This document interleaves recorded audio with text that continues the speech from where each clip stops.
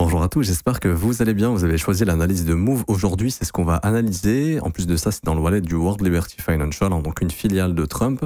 Également, vous avez la possibilité de voter entre AAV et Dogecoin, c'est vous qui décidez dans les commentaires. Le coin qui reviendra le plus gagnera l'analyse. Également, n'hésitez pas à me proposer d'autres altcoins que je pourrais analyser. Je vous reparle rapidement du mentorship, il arrive très bientôt. J'ai encore pu tourner un cours hier, j'en ai encore 2 à faire, 3 même. Je pense que fin février, je pourrais vous le publier, ça va être le mentorship le plus complet. C'est un mentorship qui va évoluer quand il y aura des idées de concepts qui me viennent à inclure dans ce mentorship, je rajouterai tout ça.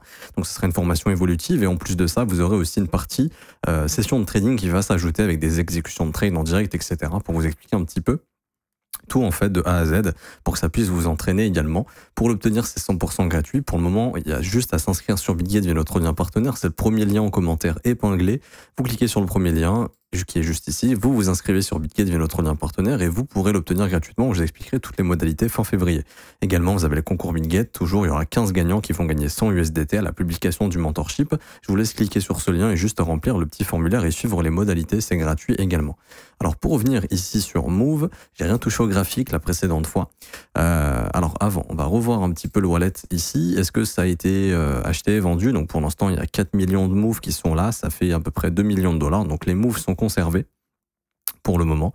Donc RAS à ce niveau-là, c'est un projet sur lequel compte le World Liberty Financial. Alors, avant de parler d'analyse technique, on va aller voir un petit peu la tokenomics si on a des informations. Et est-ce que la tokenomics c'est OK? Quand est-ce que ça va se dégrader, etc. Alors pour ceux qui ne savent pas c'est quoi la tokenomics, en fait, si vous êtes débutant, quand une crypto-monnaie elle sort, il y a souvent en ce moment, et ça depuis plusieurs années même, tous les jetons ne sont pas distribués sur le marché directement. En gros, vous avez des seed investment. En gros, c'est des gens qui vont investir avant la sortie du projet. C'est un peu comme une levée de fonds. Moi, j'ai une idée, voilà, ça c'est mon projet. OK, il y a des institutions, des ventures, des gens qui viennent. OK, on est intéressé, on aime bien ton idée, on va investir. On est prêt à investir 20 millions. Tu peux nous donner combien de tokens? Voilà, les mecs négocient. Et par exemple, le mec leur dit, bon, bah, moi, je vous vends 20 millions de dollars de tokens à un tel prix. Et ça sera, vous aurez 1 an pour les récupérer. En gros, à la sortie du projet, vous aurez rien. Et puis après, tous les mois, par exemple, vous aurez un petit pourcentage. Donc, c'est ce qui fait cette courbe. Et là, on voit qu'actuellement, il y a que la foundation, donc la fondation, des tokens pour l'écosystème, et vous avez aussi un système de airdrop qui a été mis en place, et tous ceux qui avaient participé au airdrop ont eu leurs tokens. Okay, ce qui fait que là, pour le moment, les investisseurs n'ont pas encore récupéré leurs tokens. Là, on voit que la dilution de tokens, c'est que l'écosystème. Les investisseurs, donc les ventures qui ont investi avant la sortie du projet, vont récupérer leurs tokens à partir de octobre 2025. Donc, c'est-à-dire que les investisseurs qui ont pu acheter pas cher, alors là, on n'a pas les prix, mais autant vous dire que c'est beaucoup plus bas que ce qu'il y a actuellement. Ça serait peut-être 2-3 centimes. Enfin, j'ai pas les prix, mais ça serait en tout cas beaucoup moins que 50 centimes, je pense. Eux vont récupérer leurs tokens. Et tout naturellement, c'est ce qui fait qu'à partir du mois d'octobre, ils vont se mettre à distribuer et à vendre. Okay, et là, vous voyez, plus le temps passe, plus la courbe elle augmente, donc plus les investisseurs vont récupérer leurs tokens et la team également va récupérer ses tokens. Donc la team également qui peut dumper s'ils veulent récupérer du cash flow, etc. Donc ça, quand les tokens arrivent, ça fait baisser le marché. Éventuellement, c'est pas obligatoire, mais ça peut faire baisser le marché. Et du coup, ici, on voit que jusqu'au mois d'octobre, on est tranquille. Du coup, on va noter la date. À peu près, le premier unlock, il arrivera le 9 octobre. Du coup, on va sur notre graphique et nous, on note 9 octobre 2025 parce que c'est une date importante où les premiers unlocks vont arriver et ensuite tous les investisseurs vont commencer à récupérer leur pognon. Donc, on prend cette date. On voit qu'on a du temps, OK? L'idéal, ce serait que Move puisse nous faire, à un moment donné, un bottom, même si ça prend du temps, un pump, et ensuite que quand les tokens arrivent, là, il y a le top, et qu'on ait éventuellement une reprise d'un marché baissier parce qu'eux, ils vont faire que dumper leurs tokens. C'est souvent ce qui se passe quand les ventures récupèrent leurs tokens, ça peut dumper. Alors des fois, il y a des exceptions, comme Solana en 2020-2021, il y avait eu un gros unlock, mais Solana avait très bien tenu à ce moment-là parce qu'il y avait une demande qui était super forte sur Solana. Mais là, actuellement, la demande est faible dans le marché. Ça, je le vois comment? Je le vois grâce aux impressions de stablecoin. C'est le meilleur indicateur. Vous pouvez pas faire mieux. Est-ce que l'argent rentre, l'argent sort? Là, on voit actuellement que depuis le 4 février, les inflows sont décroissants. Ok, et là on voit que carrément, par exemple, en ce début de semaine, hier on a eu en équivalent impression stablecoin, on a eu 84 millions, c'est ridicule. C'est pas avec ça que tu peux faire pumper le marché. 84 millions pour l'ensemble du marché, donc vous doutez bien que tu peux pas faire pump le marché. Et donc le bull run repartira quand? J'ai déjà parlé ici que la Global Net Liquidity pourra redevenir haussière. Alors là, on n'a pas tout l'historique, mais je vous montre rapidement, j'en ai parlé dans ma vidéo précédente. La Global Net Liquidity, c'est, entre guillemets, est-ce que les banques centrales des différents pays impriment de l'argent? Et là, on voit que c'est pas le cas. Enfin, il y a de l'impression, mais on voit que ça, c'est pas suffisant pour déclencher une all-season. Ce qui va déclencher des all-season, on en a parlé hier, c'est pas le cycle des 4 ans et l'halving, c'est le cycle d'impression monétaire. Et ça correspond à un cycle, entre guillemets, des 4 ans, où, par exemple, vous regardez de 2015 jusqu'à 2018, on a eu un bull run Bitcoin et crypto. Donc ce bull run a été long d'ailleurs, pour ceux qui l'ont pas connu. Ensuite, 2018-2020, il n'y avait aucune impression. Du coup, le marché n'avait rien fait. Et ensuite, 2020, 2021, voire début 2022, c'était la folie. Ici, avec le Covid, on a imprimé des liquidités records. On avait une grosse all season. Et là, on voit que ce n'est toujours pas le cas. Et si vous regardez bien, vous allez voir que le marché altcoin n'a rien fait. Je l'explique dans ma vidéo d'hier. Et donc, pour que Move puisse à un moment donné performer, il faut que le marché des altcoins puisse performer. Et en fait, soit ça devient un top performer, mais on a vu que les coins qui étaient forts, par exemple, comme Hyperliquid, ici, par exemple, sur Hyperliquid, il faut faire attention. Pourquoi? Parce que sur je vous fais vraiment une petite parenthèse, si vous intéresse une analyse d'Hyperliquid, je reviendrai dessus. Hyperliquid, il est venu prendre les stops ici du dernier sommet. Là, ici, c'est ce qu'on appelle un order block, et le marché est juste venu prendre les stops de cet order block. Ce qui veut dire que pour l'instant, on n'a pas cassé cet order block. Et du coup, on a juste une prise de stop, et derrière nous, regardez tout ce qu'on laisse. Donc là, même un coin comme Hyperliquid, par exemple, faut faire extrêmement attention, parce que là, il y a potentiellement consolidation, manipulation, une expansion à venir. Et même des coins comme ça qui étaient très forts, alors je ne dis pas que ça va arriver, j'en sais strictement rien. Moi, ce que je vois, c'est qu'il y a beaucoup de stop-loss qu'on est en train de laisser là, et que là, on est revenu prendre les stops au nord, et que depuis, il y a une réaction baissière. Donc, il faut faire attention. Et du coup, même un coin comme Hyperliquid, qui avait du momentum, qui a bien tenu pendant le crash qu'on a eu il y a 2-3 semaines, commence à faiblir. Et du coup, c'est de se dire qu'un move qui lui a déjà un momentum qui est pas top à la base des bases, il va pas se retourner maintenant. S'il n'y a pas de QE, s'il n'y a pas d'impression monétaire, ça peut arriver sans QE. Par exemple, la Fed va être obligée de racheter sa dette, donc ils vont devoir imprimer. Donc ça devrait rebooster les marchés, mais pas tout de suite. Il y a un délai. Donc par exemple, s'il commence en février ou en mars, il y aura peut-être un délai d'ici mai-juin. Donc il va falloir attendre un petit peu. Et surtout, il faudra attendre aussi que ici les impressions de stablecoin réaugmentent. Donc pour l'instant, la dynamique reste baissière. Et l'idée de la chose, c'est de se dire, OK, le jour où on voit un bottom qui se forme, on garde en mémoire qu'au mois d'octobre, il y a les unlocks. À ce moment-là, il faudra faire attention.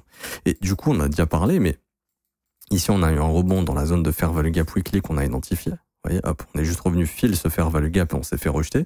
Ici, si je regarde en daily, le précédent creux a été cassé, le marché est juste revenu travailler ce précédent swing low. On s'est fait rejeter. On est venu récupérer tous les stops qu'on avait sous ces lows ici. Malheureusement, il n'y a eu aucun signal de reprise. Alors, moi, je pense que le prix reviendra dans un avenir proche ou lointain, peu importe, mais ça peut être quelques jours, quelques semaines, mais je pense qu'on viendra repricer ce fair value gap baissier ici.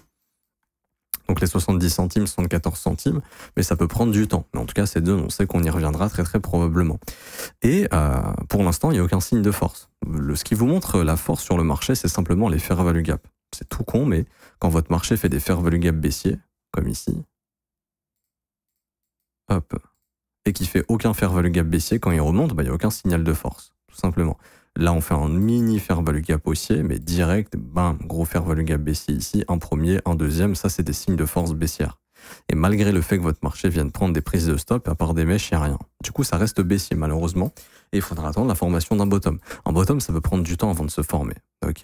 Par exemple, certains verront le fait qu'on est en train de former une sorte de canal ici, par exemple. Ok ? Qu'on pourrait rester dans le canal jusqu'à casser ce canal et sortir de cette baisse. Il y a un concept que j'aime bien personnellement, c'est la rupture de la trendline et la structure de l'autre côté. C'est-à-dire que là, si Move il se met à consolider, qu'il casse la trendline et qu'ensuite il fait une structure haussière, donc souvent ça passe par une base, c'est-à-dire une consolidation avant la cassure de la base et une reprise. Souvent les marchés c'est ça. C'est par exemple conso, pump, conso, dump, tac, tac, tac, tac, tac, consolidation, hop, et ensuite, une fois que la base de la consolidation est cassée, très souvent reprise, ok? Donc nous, on est par là à peu près. Alors, autant on est là au bottom, et ensuite la base va arriver, donc la consolidation, autant on est là. Autant on est encore là, et encore tout ça de baisse, on peut pas savoir, ok? Ce qu'on sait, c'est qu'on est dans cette phase encore pour l'instant. Et ça, c'est pas la phase de reprise haussière, ni la phase de bottom. La phase de bottom, c'est vraiment quand le prix il perd en momentum, c'est-à-dire qu'il arrive vraiment plus à baisser et qu'il se met à consolider. Là, c'est souvent la phase où les gens, d'ailleurs, capitulent et s'y intéressent plus, mais c'est à ce moment-là qu'il faut s'y intéresser. Et donc, on peut pas savoir à quel prix ce sera. Néanmoins, ce qu'on peut savoir, c'est que quand cette phase arrivera, ce sera probablement le bottom. C'est pour ça que ça passera d'abord peut-être par la cassure de la trendline et ensuite une acceptation de l'autre côté de cette trendline avec une méga base, une cassure, et là, repartir dans quelque chose d'aussi. Et c'est pour ça qu'on a le temps, parce que jusqu'au mois d'octobre, il n'y a pas de unlock massif en fait. Donc il y a le temps de former un bottom. Je trouve on formera le bottom au mois de mai, juin, j'en sais rien, et ça repartira en septembre, et ça, il y aura un bull run très court de 2 mois sur Move, et ça lui permettra largement de s'exprimer le temps que les unlocks arrivent. Ou autant ça arrivera plus vite, ça se trouve d'ici avril on aura déjà bottom, on n'est que le 18 février, il peut se passer beaucoup de choses. Je peux par exemple vous faire un bars pattern ici, hein. On peut simuler, donc par exemple on va encore baisser, je sais pas, quelques semaines ici, quelques jours, par exemple comme ça, hop, je peux même vous recoller ça. Ensuite, donc là on serait au mois de mars, ensuite on peut très bien breaker la trendline. Donc là, ce serait la première phase de momentum qui change avec un breakout. Très souvent, c'est pas maintenant, ça repart pas en to the moon. Là, il faudrait s'attendre à nouveau à peut-être là une consolidation qui viendra du coup marquer la base. Et là, ça sera la phase de consolidation. C'est-à-dire que le prix, grosso modo, il vous fera quelque chose comme ça potentiellement. Ok? Hop. De la consolidation, ça peut durer comme ceci. Quand vous commencez à voir ça, là, ça sent bon éventuellement pour avoir un retournement. Et ensuite, souvent, vous avez le breakout qui est assez impactant. Et ensuite, tant que le marché ne réintègre pas la base, l'idée, c'est tout simplement de se dire, OK, c'est reparti, c'est bon. Moi, ce que je fais ici, c'est que je mets ce petit template qui montre mon breakout.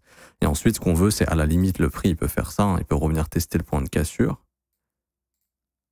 Hop. Ensuite, on peut reconsolider. Donc là, les gens se disent, putain, c'est cuit. Alors que c'est tout simplement le début d'une future phase haussière qui là peut être plus importante, et du coup là le marché repart à la hausse par exemple. Ok, c'est un schéma ça qu'on pourrait faire. Je dis pas que ça va se passer comme ça, mais souvent la pattern du marché elle ressemble à ça. On longe la trendline, on casse la trendline, on consolide, on accepte de l'autre côté, et là il y a une tendance qui recommence. Et votre objectif vous c'est de vous positionner sur cette phase horizontale et ensuite d'attendre la phase verticale, et une fois que c'est fait, c'est de prendre des profits sur la montée et d'acheter toujours horizontal et de vendre vertical. C'est comme ça qu'on fait en crypto pour pas se faire piéger, pour pas être celui qui achète quand c'est vertical, et ça c'est important. Donc ça c'est un schéma potentiel. Après si on veut s'amuser, voilà, ça peut derrière continuer de monter, machin, voilà, tac tac tac, et puis avant les unlocks ça pourrait être en train de former un top par exemple. Hop, et ensuite pour le unlock il y aurait une sorte de dernier rebond où le prix remonte comme ça. Et voilà, quand les unlocks arrivent, ensuite, malheureusement, ça serait le début d'une nouvelle phase baissière, parce que les mecs vont distribuer leurs tokens et vont vendre tout simplement. Et dites-vous que eux, ils ont peut-être acheté à entre 1 et 10 centimes. Donc même s'ils vendent à 50 centimes, ils s'en foutent, ça reste une grosse plus-value. Ok, mais ça, c'est le genre de schéma qu'on pourrait voir, par exemple. Voilà. Je peux le laisser en tant qu'indicateur éventuellement.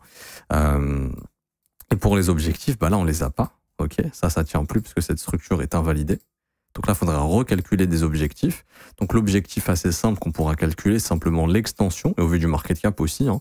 Là je peux pas encore le faire, mais voilà, imaginons on bottom, je sais pas, à 30 centimes, là on pourra faire des extensions qui auraient pour objectif la zone des 1,80, 2,14 $, du coup ce seraient des multiplicateurs qui seraient pas trop nazes, sachant qu'on sait que le World Liberty Financial s'est positionné là autour des 80, 60 centimes. Eux, leur objectif serait de sortir en profit, donc au-dessus des sommets très probablement. On pourrait même aller plus haut en fonction de la structure qui s'est dessinée. Et là, par exemple, si ça c'est la structure de bottom, on aurait des objectifs comme ça, hein. Alors là, les prenez pas en compte, ça sert à rien. On pourrait même avoir de plus gros objectifs, hein, avec ces grosses structures ici, par exemple. Ok. Mais ça, faudra voir à ce moment-là. Là, pour l'instant, on peut pas les avoir puisque le prix est en dynamique baissière. On peut pas déjà calculer des objectifs d'une dynamique haussière. Ok. Du coup, je m'arrête ici pour aujourd'hui. J'espère que ça vous aura plu. Si c'est le cas, n'hésitez pas à bombarder les pouces bleus, vous abonner si ce n'est pas déjà fait, mais à mettre un petit commentaire. Je vous rappelle, en commentaire épinglé, le lien pour rejoindre le copy trading, c'est gratuit. On vous a mis les résultats. Plus 7,81 R sur les stratégies SPT la semaine passée, c'est vraiment des performances excellentes. On est enfin en train de les améliorer, on est sur la bonne voie pour qu'elles soient encore plus rentables. Ici, 21 TP, 18 SL, 12 BE, ce qui nous fait plus 7,81 R, parce que quand la stratégie gagne, elle gagne beaucoup. Ça veut aussi les stratégies LIM, ici 34 TP, et qui vont continuer de déclencher des TP au cours des prochaines semaines, de se positionner s'il y a des baisses pour prendre d'autres TP par la suite. Et vous avez également la stratégie GOAT ici, plus 0,25 R cette semaine, avec un rendement annuel estimé de 44%. Mais là, en tout cas, la stratégie SPT, c'est des résultats exceptionnels. C'est-à-dire que quelqu'un qui a, par exemple, 1% de risque par R aurait gagné plus de 7% de capital sans rien faire avec les stratégies SPT par exemple. Pour nous rejoindre, c'est 100% gratuit, c'est le premier lien en commentaire épinglé, vous conservez 100% des gains.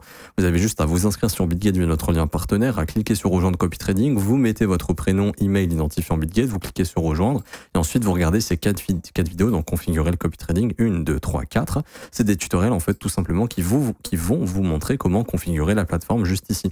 Et ensuite, vous avez aussi l'école si vous le souhaitez. Juste là, si vous voulez vous former à mes côtés, avoir accès à mes insights tous les jours, ce que je fais sur les marchés tous les jours, je réponds à vos questions, trouve des opportunités, j'analyse vos coins, on parle de macroéconomie. C'est le seul abonnement qui est payant, c'est 49 € par mois. Vous avez les offres 3, 6 et 12 mois qui sont moins chères. Vous avez tous les briefs quotidiens du lundi au vendredi qui durent en moyenne 1h30 tous les jours en direct, mais c'est aussi dispo en rediffusion. Et vous aurez aussi accès à la formation de l'école, 19 heures de cours vidéo, 8 modules qui vous forment de A à Z. En tout cas, vous êtes les bienvenus. Vous avez également les témoignages des membres juste ici si vous souhaitez les lire. Vous en avez plein d'autres, je vous laisse les défiler. Vous avez un peu plus de détails sur cette page ici pour lire un petit peu ce que vous allez retrouver dans l'école. En tout cas, c'est le meilleur endroit pour vous former et ce sera à mes côtés. Vous aurez aussi un accès au Discord privé avec les élèves. Je m'arrête ici, on se retrouve bientôt. Bonne journée à tous. Ciao, ciao.